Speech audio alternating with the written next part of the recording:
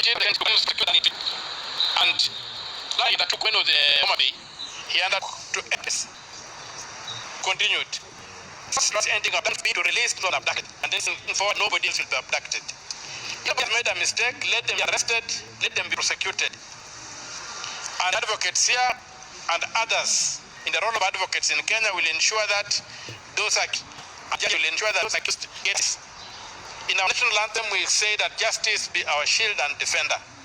Today, when you sing the national anthem, it doesn't belong to this country anymore. It belongs to a different country.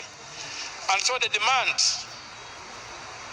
upon the president, as the commander-in-chief of the armed forces, as the chairman of the Security Council, who under Article 238, security is defined as the protection of the people and their property.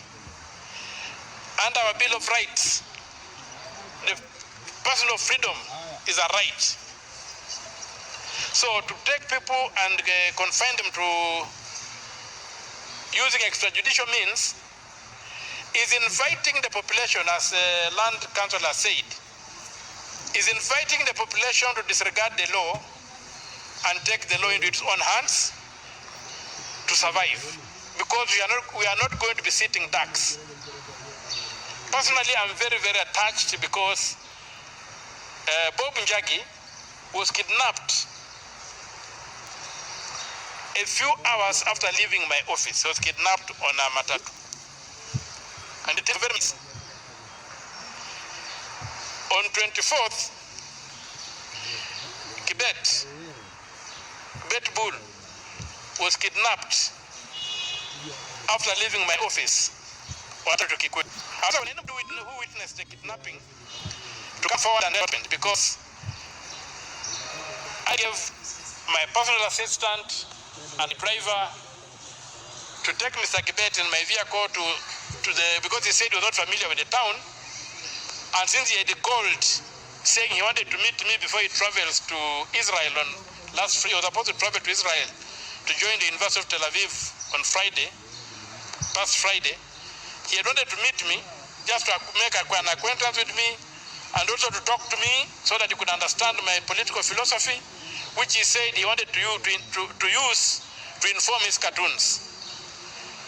Because he said he was my strong supporter and I was a supporter of what I do. So the young man was supposed to come at 3 p.m. but he arrived at 11 early. I was in the office. I said, no problem. He said there was no traffic on the road, so he came.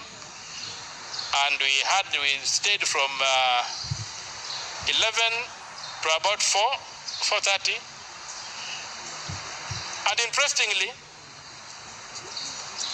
in hindsight, there's a vehicle which came, which had the communication intercepting gadgets on top. It was a Subaru Forester. It parked outside my office across the road. We saw, my security people saw it and got concerned.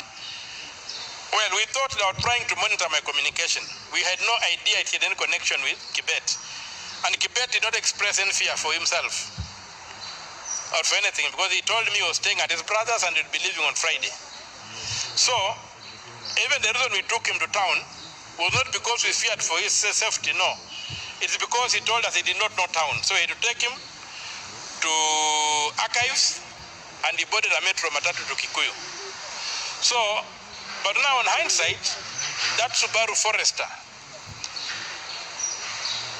whose number plates have confirmed were fake, because the number plates it was bearing belonged to a Toyota station wagon. And so, when my drivers took off, taking Kibet to town, the same vehicle also left. And this vehicle sat at that one point from around 11 to 11 a.m. to 4:30 p.m. in idling. The engine was idling throughout because I think they had to power the system on top of the roof. So our only concern was that maybe they were trying to drop on my phones or something. So we left them to their devices. So, but there were 3 men and 1 woman. And those are people I reasonably suspect abducted Kibet, because they must have been trailing him. And That vehicle is clearly a secure vehicle that belongs to the DCI. They have similar vehicles with similar gadgets that they use. And so I'm putting this back to the DCI. Please stop abducting our children. The claim that the president and the state machinery does not know what is happening is not true. Because there's a threat to the identity of the people being abducted. There are people who have been criticizing government. The only person who could be picked by that criticism is government. And so government is abducting these people in an attempt to intimidate them. So to try and pretend that they don't know what is happening is not acceptable. And that's why I reiterate the call I made on 26th, that the Inspector General of Police, the DCI, and even the director